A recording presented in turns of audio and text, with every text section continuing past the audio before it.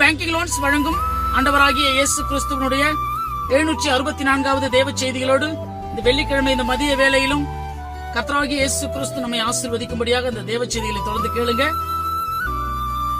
வாழ்க்கையிலே எப்பொழுதுமே மற்றவர்கள் கையில் என்ன இருக்கிறது, அவங்க கிட்ட அந்த பொருள் இருக்குது, அந்த சொத்து இருக்குது, அந்த பணம் இருக்குது, அந்த அதிகாரம் இருக்குது, ஐயோ நம்ம கிட்ட இது இல்லையே, இப்படிதான் அந்த உலகம் பார்த்து பார்த்து மற்றவர்களை பார்த்து பார்த்து வாழ்கிற வாழ்க்கையே இழந்து கொண்டிருக்கிறோம். ஆனா எங்களை படைத்த ஆண்டவர், நாங்கள் தெரிந்து கொண்ட கர்த்தர், இந்த உலகத்தில் உள்ள ஜனங்களை எல்லாம் உருவாக்கின நம் கடவுள் அப்படியாய் வாழ சொல்லல. மோசே என்ற ஒரு மனிதனை ஊழியக்காரனை அழைக்கிறார். அப்போ அவன் கையில உன் கையில் என்ன இருக்கிறது என்று சொல்லி கேட்டார். யாத்திராகமம் புஸ்தகம் 4வது அதிகாரம் 2வது வசனத்துல மோசே சொன்னாரு, என் கையில வெறும் கோல். வெறும் கோல், எதுக்குமே அதை பயன்படுத்த முடியாது. ஒரு கோலை எதுக்காவது பயன்படுத்த முடியுமா? ஆனா அந்த கோலிலே கர்த்தராகிய தேவன் தம்முடைய வல்லமையை கொடுத்து இந்த கோலை வச்சு இந்த உலகத்தையே ஜெயித்துருன்னு சொன்னாரு. அந்த கோலை வச்சு மோசே எகிப்து தேசத்துல செய்யாத அற்புதமே கிடையாது. உலகமே திரும்பி பார்க்க முடியாத அற்புதங்கள் எல்லாம் அந்த கோலை வச்சு செஞ்சாரு. வாழ்க்கையில நாம நினைப்போம், நம்ம கையில என்ன இருக்கிறது? இன்றைக்கு நாம் சிந்திக்கப்படும் போது ஒண்ணுமே கிடையாது.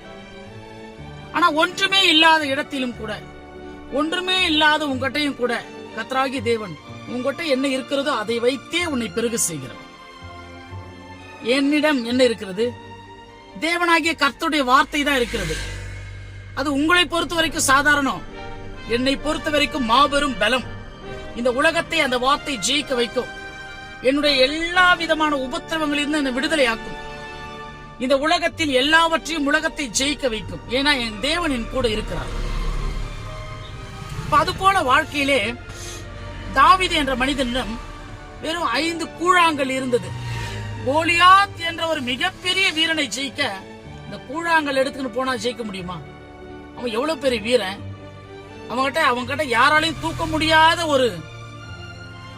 ஒரு வாள் இருக்கிறது, ஆயுதம் இருக்கிறது. அவன் போட்டுக்கொண்டு இருக்கக்கூடிய ஆயுதங்களை நம்மளால போட்டுக்கொண்டு கூட நடக்க முடியாது. அவனுடைய யுத்த பயிற்சிக்கு இவர் ஒத்து கூட வரமாட்டார். இப்படிப்பட்ட வீரனை ஜெயிக்க 5 கூழாங்கலை வைத்து தேவனாகிய கர்த்தர் தாவீதை ஜெயிக்க வச்சாரு. இப்ப நம்ம படைச்சிருக்கிறாரு. விசித்திரமான மனிதன் இந்த உலகத்திலே நாம தான், மனிதர்கள் தான். உயிரினங்களுக்கு கூட அந்த அளவுக்கு அவ்வளவு அறிவோ அவ்வளவு படைப்போ அவ்வளவு விசேஷமோ கிடையாது. மனிதனை அவ்வளவு விசித்திரமாக படைத்திருக்கிறார். எப்படி படைச்சாரு? சாதாரண களிமண், இந்த பூமியில ஒன்றுக்கும் உதவாத களிமண். ஒரு வீட்டுல இயேசு கிறிஸ்து போறாரு. திராட்சை ரசம் காலி ஆயிடுச்சு. சாதாரண தண்ணீரை கொண்டு வர சொல்லி அந்த இடத்திலே அருமையான சுவையான திராட்சை ரசத்தை அற்புதமா மாற்றினார். அப்போ இயேசு கிறிஸ்து என்பவர் தான் இந்த பூமியில முக்கியம். மீதி உன் கையில என்ன இருக்குது? கூழாங்கல் இருக்கிறதா, இல்ல கோல் இருக்கிறதா, இல்ல களிமண் போல நம்பலா, இல்ல சாதாரண தண்ணியா, இது முக்கியம் கிடையாது. இயேசு கிறிஸ்து அங்க இருக்கிறாரா?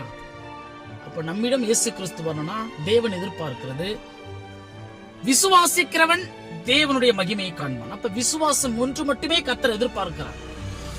நம்ம ஆண்டவராகிய இயேசு கிறிஸ்துவை நம்பிக்கையோடு விசுவாசிக்கிறது நமக்கு அவ்வளவு கஷ்டமா?